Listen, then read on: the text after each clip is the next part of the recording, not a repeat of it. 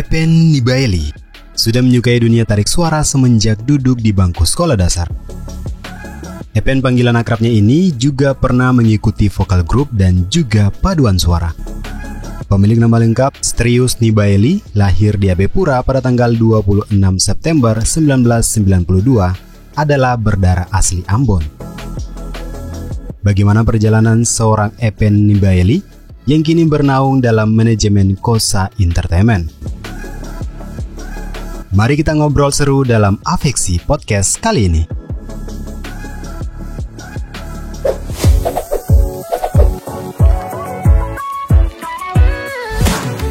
Halo gengs, jumpa lagi di podcast Epen Papua. Kali ini saya bersama kakak Epen Nibaeli. Ya, betul. Minta maaf saya baru mendengar marga tersebut. Siap.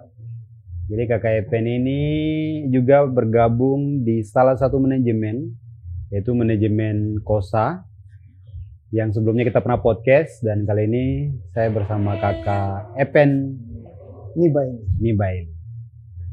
Saya panggilnya kakak Epen saya sudah ya. Tidak usah pakai marga gitu ya. Bebas mau panggil apa saya bebas. Ya. Terima kasih. Kita bicara tentang karya.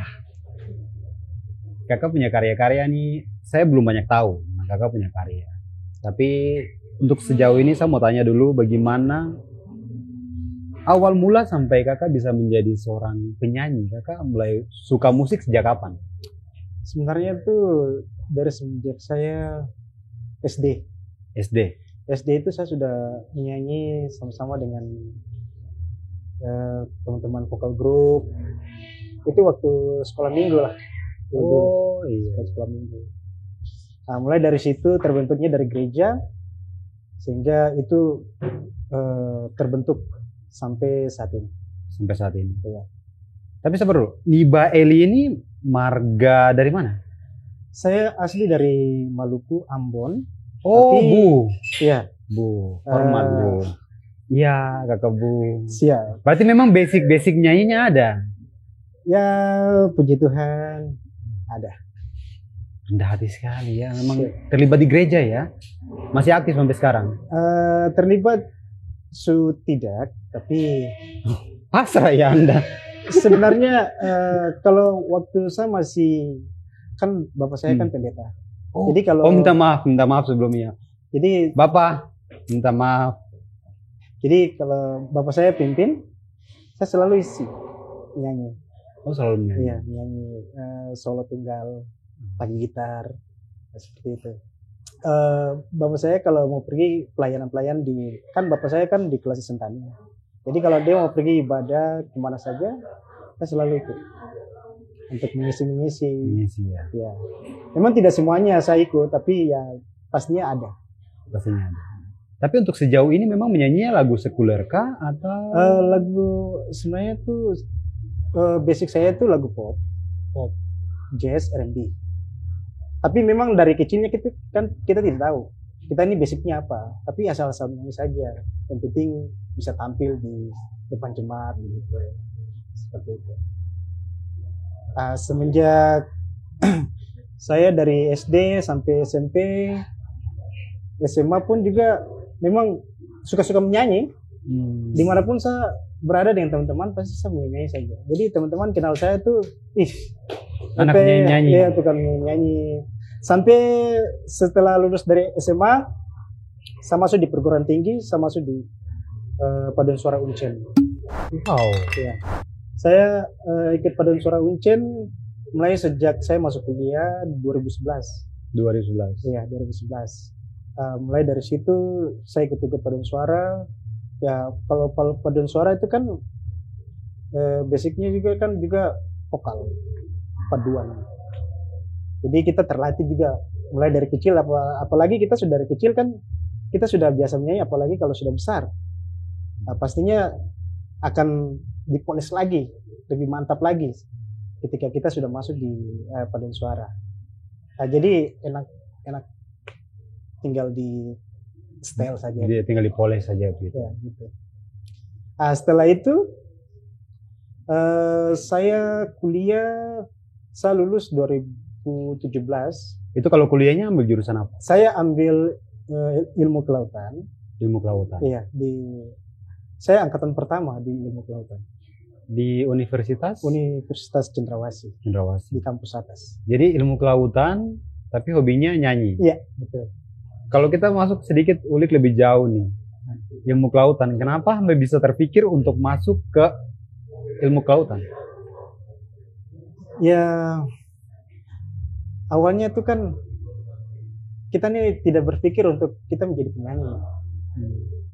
Kita mau terfokus hanya menyanyi dan kita kembangkan kita punya talenta itu. Kita tidak berpikir sejauh itu. Jadi kita pikirnya tuh ya selesai kuliah, selesai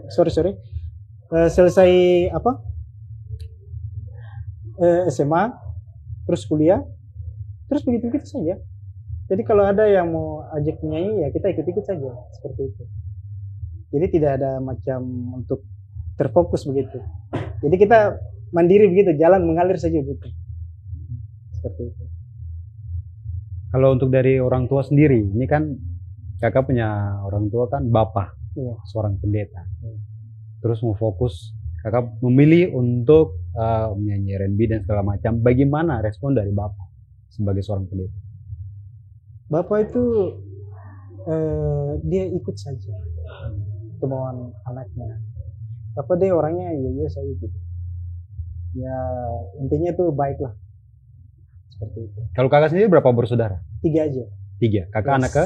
Saya yang bungsu. Yang paling bungsu. Iya. Kalau keluarga semua ini memang penyanyi kah atau seperti apa? Memang pada umumnya saya punya kakak semua itu hobinya nyanyi. Hobinya nyanyi. Iya. Kakak pertama saya tuh dia kan polisi. Dia hobinya bernyanyi. Jadi kalau dia punya satuan dia selalu bernyanyi. Kalau kakak yang nomor 2 ini kan dia pendeta. Ganti saya punya bapak. Saya bapak ini kan kemarin tanggal 2 Agustus kemarin baru meninggal. Oh. Kita terus berduka. Ya. Kakak dia juga suka bernyanyi juga. Tambah dengan saya juga suka bernyanyi. Seperti itu. Cuma kebanyakan kakak ini lebih pada menyanyi untuk melayani di gereja begitu juga. Iya, betul. Ya. Sama pun juga awalnya saya juga begitu. Kakak juga sebelumnya begitu. Iya, gitu. Nah, kalau untuk pada saat akhirnya gabung di manajemen musik Kosa Entertain, lagu-lagu apa saja nih kakak? Mungkin banyak yang belum familiar yang dengar kakak punya lagu-lagu yang sampai saat ini. Ya, saya punya lagu itu kalau di YouTube itu baru 3 saja. Baru 3. Baru 3. Seperti itu. Jadi saya punya lagu itu awal lagu itu. Ini sebelum bergabung di Kosa. Manajemen Kosa. Ya. Kalau awal saya bergabung dengan Kosa itu saya punya lagu 2 sudah ada. Oh, sudah ada. Cuman satunya itu dari Kosa. Satunya dari Kosa. Iya, itu lagu itu baru kemarin saja baru dirilis. Ya. Kalau yang sebelumnya ini tahun berapa itu kakak untuk lagu yang pertama? Itu 2021. 2021. Iya, 2021. Judulnya Hidup. Satu lagu pertama itu. Hidup. Ya. Saya penasaran kakak. Kakak ini kan juga seorang penyanyi, biasa juga menyanyi di gereja, punya basic vokal grup, paduan suara. Saya mau sedikit spill aja kakak punya karakter suara seperti apa?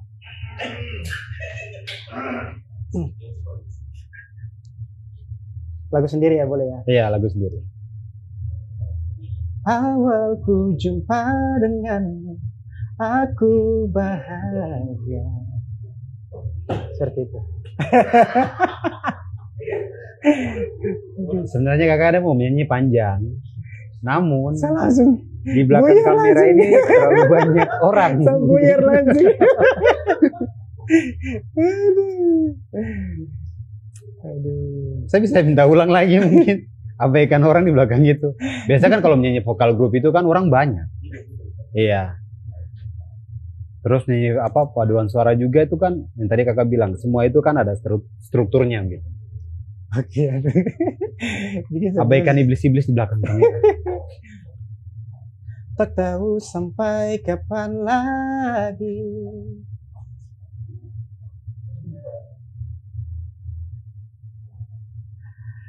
Aduh.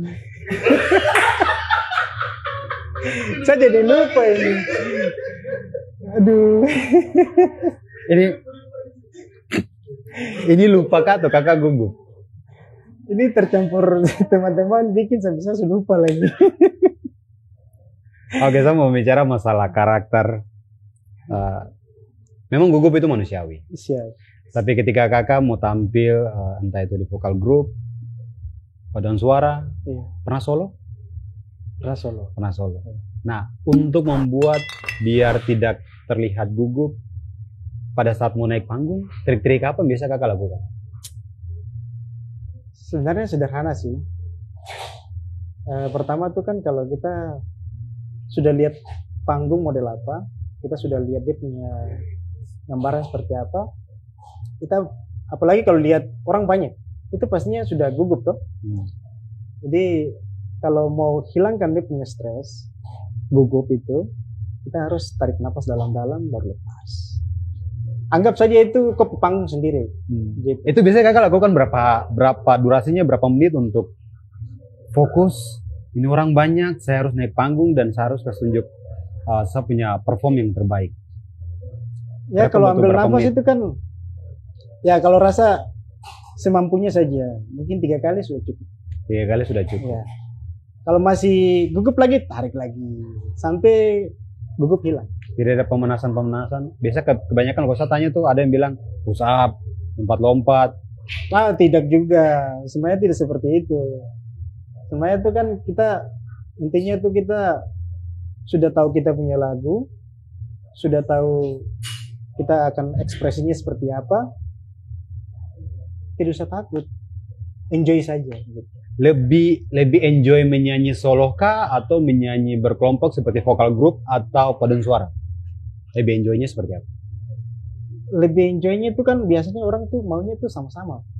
Kalau sama-sama kan dia punya kelebihan gugupnya tuh kurang. Kalau untuk solo sendiri kan otomatis kan dia juga berpikir aduh ini bagaimana ini. Dia sudah mentalnya sudah down duluan. Tapi kan kalau solo kan kebanyakan penyanyi kan dia menunjukkan dia punya karakter yang lebih dominan gitu. Ketimbang solo. Ketimbang grup. Ya kembali ke kita sendiri ya. Kembali. Iya. Kakak pertama kali naik panggung, karena kakak bilang SD ya, mulai belajar nyanyi. Kalau SD itu kan waktu ya kita ikut-ikut ya dari kakak pengasuh, biasa ajak siapa yang mau menyanyi ya kita ikut-ikut seperti itu. Pernah ikut lomba-lomba begitu untuk solo? Waktu solo, waktu SD belum.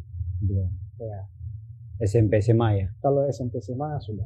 Itu awal-awal naik ya. panggung. Itu biasa-biasa saya di sekolah-sekolah. Terus. Itu momennya bagaimana sih kakak?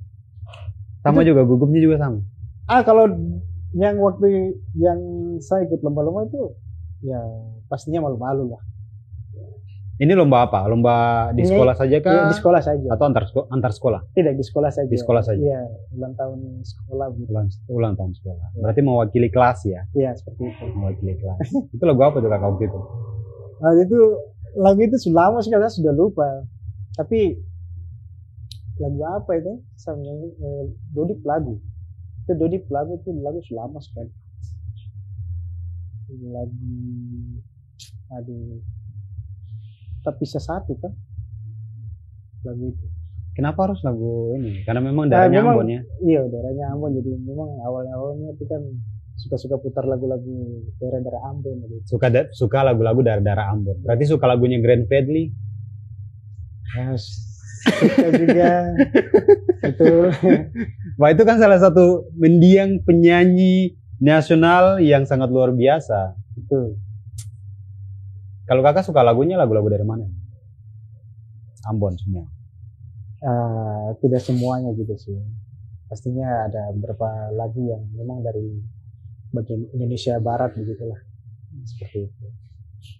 Tapi sebenarnya itu saya dengar saya tuh untuk nyanyi, untuk hafal itu kurang.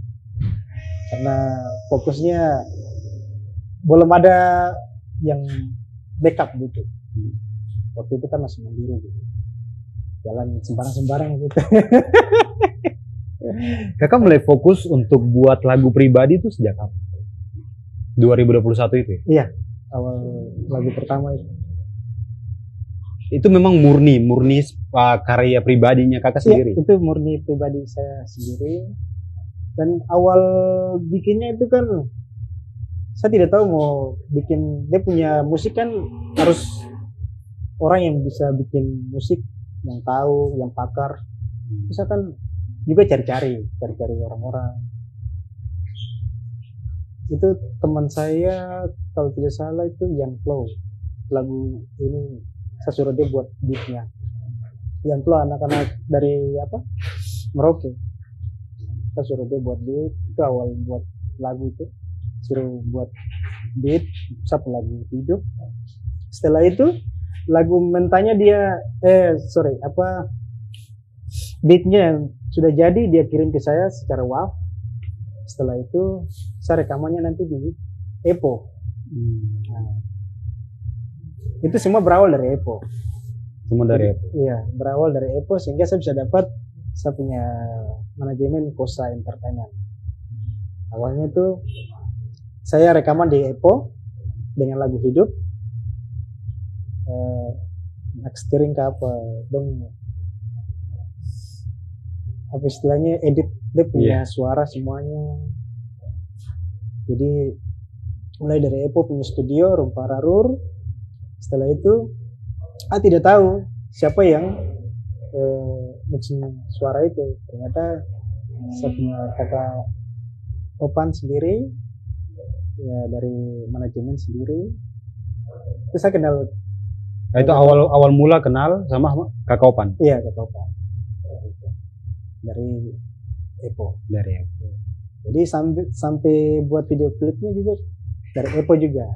Dari EPO bilang ke kakak Opan seperti itu. Nah, saya mau kembali ke belakang sedikit. Tadi kan kakak bilang buat musiknya minta tolong dari teman-teman di Merauke ya. Iya.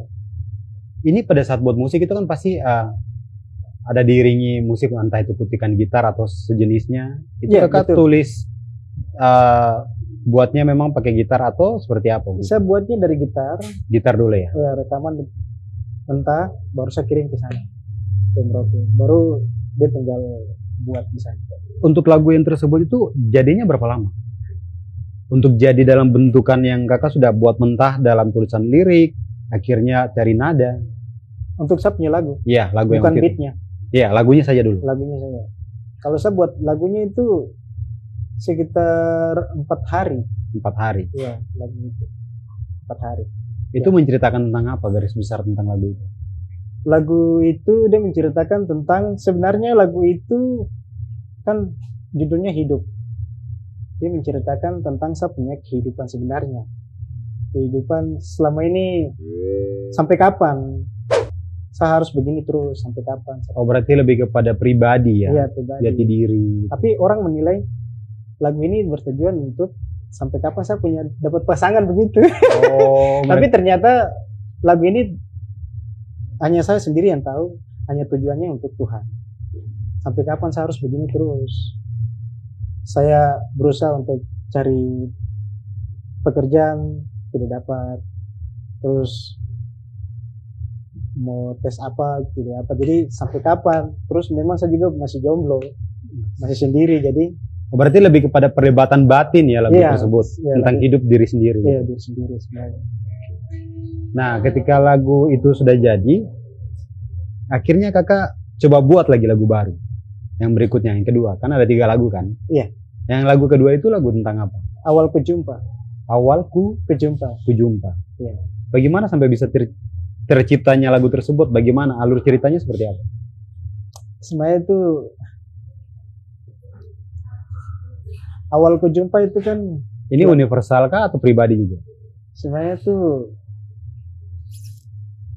masalah pribadi sih. Oh, pribadi. Ya, pribadi. Dan mungkin saya pribadi saja sih, tidak terlalu untuk mengumbar lah. Pokoknya pribadi lah seperti itu.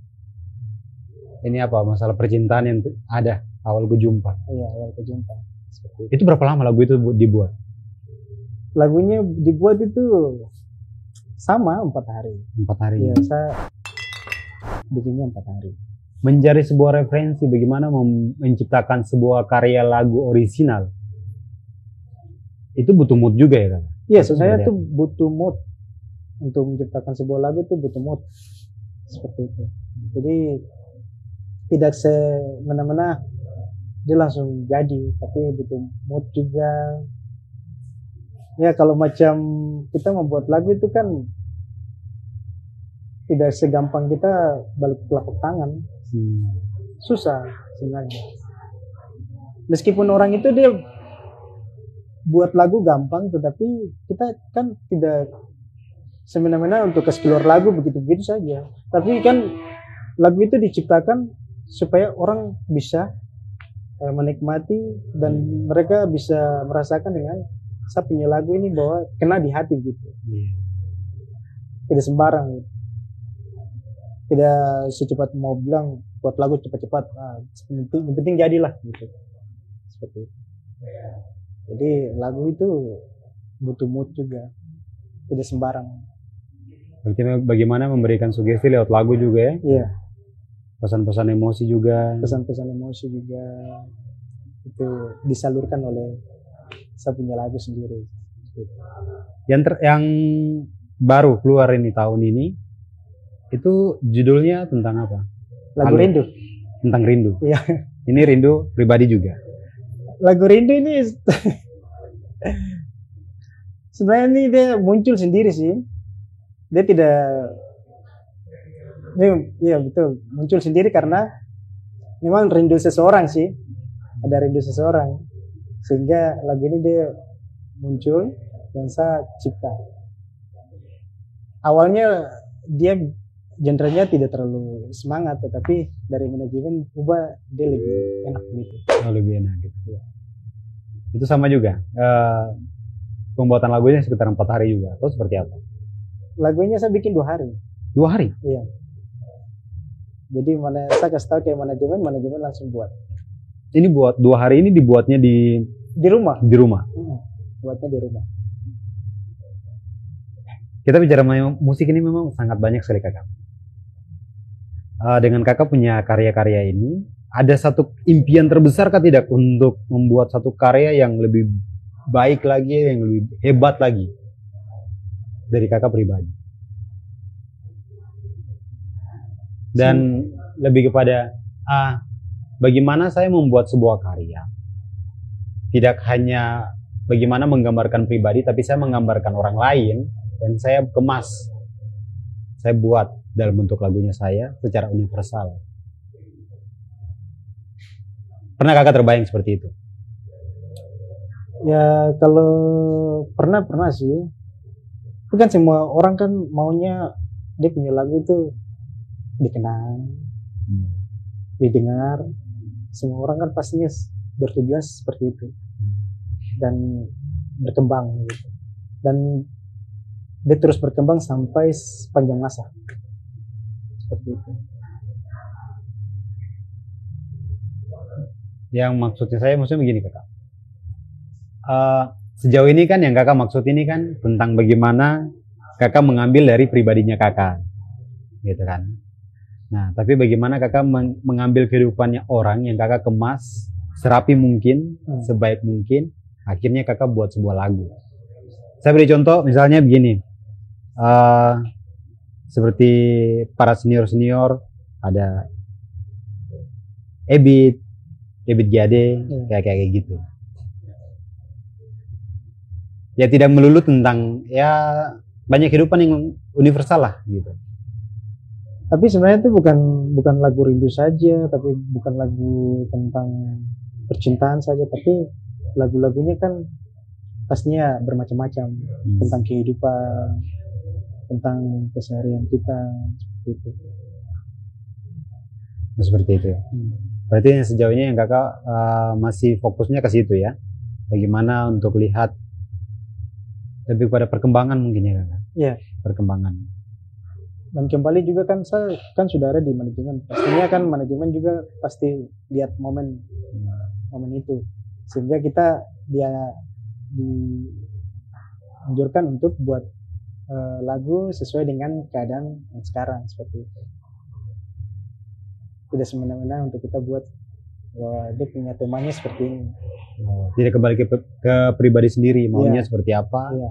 bentukannya seperti apa, berarti semua kembali kepada Manajemen. manajemen. Jadi manajemen maunya apa, kita siap gitu. Ada rencana mau kasih keluar album gitu kan? Ada rencana juga. Rencana. Rencananya nanti ya kita lihat nanti. Berarti nanti entah kalau bukan tahun 2023, tahun 2024. Ya pokoknya secepatnya lah. Cepatnya. Ya. Ini fokusnya ini apa nih? Semua tentang cinta kah? Nanti lihat. Nanti Rahasia. Masih Kalau rahasia. untuk genre musiknya? Genre musiknya pasti ala-ala reggae. Bukan pop. Pop pastinya ada, pasti kan tidak, itu kan dari manajemen toh. Oh, benar. Ya saya kasih bongkar-bongkar aja reggae. Tapi sejauh itu kakak nyaman ya? Untuk menyanyi aliran reggae. Ya nyaman. Kalau rasa nyaman ya kita nyaman. Nyaman sekali ya?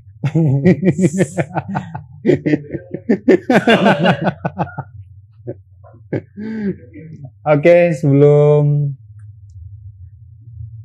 saya akhiri ini obrolan kita di podcast ini, saya mau, tadi kan kakak sudah menyanyi beberapa lagu-lagu, tapi saya mau minta kakak menyanyi lagi, tapi spesial dari lagunya Glenn yang kakak tahu, Glenn Fredly. Bisa terserah, bisa Januari, atau mungkin saya nge-request begitu. Boleh?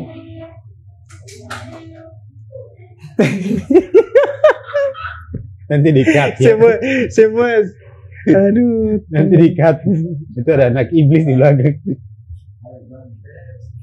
Terserah kali ini, sungguh aku takkan peduli. Ku tak sanggup lagi jalani cinta denganmu.